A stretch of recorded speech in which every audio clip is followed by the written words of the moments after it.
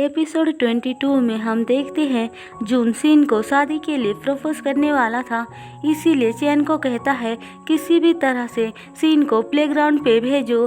चैन scene से जाकर झूठ बोलता है कि मेरी नहीं मिल रही है। अब ये सुनकर सीन उसे ढूंढने जाती है। वो मेरी को पागलों की तरह इधर उधर ढूंढ रही थी, जो देखकर जून कहता है मेरी ठीक है। फिर वो सीन को फ्लावर्स देता है। सीन ये देखकर खुश होती है, पर जैसे ही जून उसे शादी के लिए प्रपोज करता है, सीन को पुरानी बातें याद आने लगती है, इसीलिए वो जून को मना करके चली जाती है।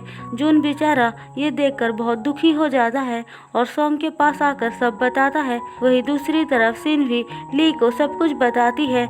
वो जून को पसंद करती थी, पर उसे पास्ट के बारे में सोचकर डर लग रही थी।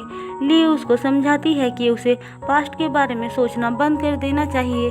हम देखते हैं सीन को इस बात की बहुत रिग्रेट हो रही थी कि उसने जून को शादी के लिए मना कर दिया, इसीलिए वो अगले दिन जून से मिलने आती है। लेकिन जून कहता है अब हम दोनों का ब्रेकअप हो चुका है, तो बात करने का कोई फ़ायदा ही नहीं है। ऐसा बोलकर वो चला जाता है। इसके बाद हम तियान को देखते हैं। वो ली को ये बता देता है कि सॉन्ग जिन से मिलने उसके घर जाता है। ली ये सुनकर सॉन्ग के पास आती है और पूछती है क्या तुम जिन से मिलने जा रहे हो। सॉन्ग कहता है आज डॉक्टर के पास उसको लेकर जाना है। ली कहती है मैं भी तुम्हारे साथ जाना चाहती हूँ जिन को देखने के लिए, पर सॉन्ग मना करके अकेला चला जाता है, जिस वजह से उसे थोड़ा डाउट होने लगती है। वो सीन और तोंग को इस बारे में बताती है। सीन ये सुनकर सॉन्ग को फ़ोन लगा रही थी, पर ली उसे रोक देती है। तोंग कहती है मुझे पता है जिन कहाँ रहती है। फिर वो बताती है कि जिन जहाँ रहती है वो एक वेडिंग हॉल है।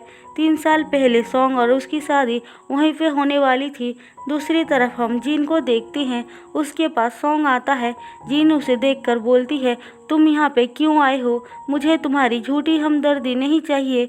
फिर वो सॉन्ग को वहाँ से चले जाने के लिए बोलती है, लेकिन सॉन्ग के जाने के बाद उसे रियलाइज होती है कि ये उसने सही नहीं किया, इसीलिए उससे माफ़ी मांगने बाहर आती है।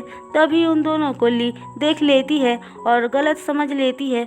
सॉन्ग और जिन उसको कहते हैं वो जो सोच रही है वैसा कुछ नहीं है, पर ली उल्टा सॉन्ग को ये कहती है कि जिन तो बिल्कुल ठीक है। सॉन्ग बोलता है मुझे एक्सप्लेन करने का मौका तो दो, पर वो बिना बात सुने वहाँ से चली जाती है। बाद में सॉन्ग उसे कॉल करता है, लेकिन वो फ़ोन नहीं उठाती है। हम देखते हैं वो तियान के पास आई थी, जहाँ पे तियान उसे एक वीडियो दिखाता है जिसमें ली की सिस्टर थी। वो अपनी सिस्टर को देखकर बहुत खुश होती है। तियान बताता है कि उसकी सिस्टर और वो बहुत अच्छे फ्रेंड्स थे। उसने ही ली के बारे में तियान को बताया था।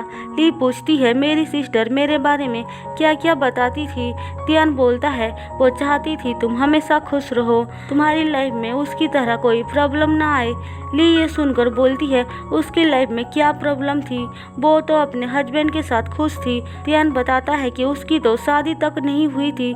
उसने जिस लड़के से प्यार किया था उसके फैमिली वालों ने उसे एक्सेप्ट नहीं किया, जिस वजह से उस बेचारी को बहुत सारी मुसीबतों का सामना करना पड़ा था। ली को ये जानकर बहुत बुरा लगता है। अब थोड़ी देर बाद सॉन्ग ली को लेने आता है, लेकिन वो उसको तियान के साथ देखकर गुस्सा करता है। ली कहती है मैं सिर्फ यहाँ बॉक्सिंग करने आई थी, यकीन नहीं हो रहा है तो जाकर अंदर चेक कर लो। फिर वो दोनों घर आते हैं। सॉन्ग उसको बताता है कि वो उसके और जिन के बारे में गलत सोच रही है। इसके बाद वो जिन की बीमारी के बारे में बता देता है। ली सच जानने के बाद उसे माफ़ कर देती है और उन दोनों के बीच सब कुछ सही हो जाता है। इसी के साथ एपिसोड 22 ख़त्म होता है। एपिसोड 23 में हम देखते हैं सॉन्ग तियान के ऊपर बहुत गुस्सा कर रहा था, क्योंकि उसने जानबूझकर कंपनी में कुछ गड़बड़ी कर दिया था, जिस वजह से सारे बड़े बड़े क्लाइंट मावलिन को छोड़कर केएल कंपनी में जा रहे थे। पर तियान को इससे कोई फर्क नहीं पड़ रहा था। वो सॉन्ग से कहता है मैं आगे से इसका ध्यान रखूंगा। इसके बाद सॉन्ग रियलिटी शो के लिए आता है, जहाँ पे जिन कहती है मैंने ये जगह पूरी तरह से खाली कर दिया है, अब तुम अपनी दिल की बात मुझे बता सकते हो कि तुम्हारे दिल में मेरे लिए अब भी फीलिंग्स है या नहीं। वहीं दूसरी तरफ ली शूटिंग देखने आती है, लेकिन सॉन्ग को वहाँ ना देखकर डायरेक्टर से उसके बारे में पूछती है। डायरेक्टर बोलता है जिन सॉन्ग से बात करना चाहती थी, इसीलिए हम सब नीचे हैं और वो दोनों अकेले ऊपर हैं। ली ये जानकर उन दोनों को देखने जाती है, जहाँ पे सॉन्ग जिन से कह रहा था कि अब उसके दिल में सिर्फ ली के लिए जगह है और जिन को भी सब कुछ भुलाकर मूव ऑन कर लेना चाहिए, इसी में ही सबकी भलाई है। अब जिन को भी समझ में आ जाती है कि सॉन्ग सही कह रहा है। ली ये सब सुनकर बहुत खुश होती है। वो नीचे आकर सिन और तोंग को इस बारे में बताती है, जो सुनकर वो दोनों भी उसके लिए बहुत खुश होती हैं। इसके बाद वो जिन को एक ब्रोच देती है जो ली ने डिजाइन किया था। फिर वो सॉन्ग से कहकर जिन को डिनर पे इनवाइट करती है, क्योंकि जिन वापस एवरेट जाने वाली थी। थोड़ी देर बाद जिन वहाँ पे पहुँच जाती है, जहाँ पे वो चैन और मेरी से मिलती है। चैन उसको बताता है कि मेरी उसकी सिस्टर है। फिर वो अंदर जाकर ली से मिलती है। तभी सॉन्ग भी बाहर आता है और ली से कहता है किचन में कुछ चल रहा है।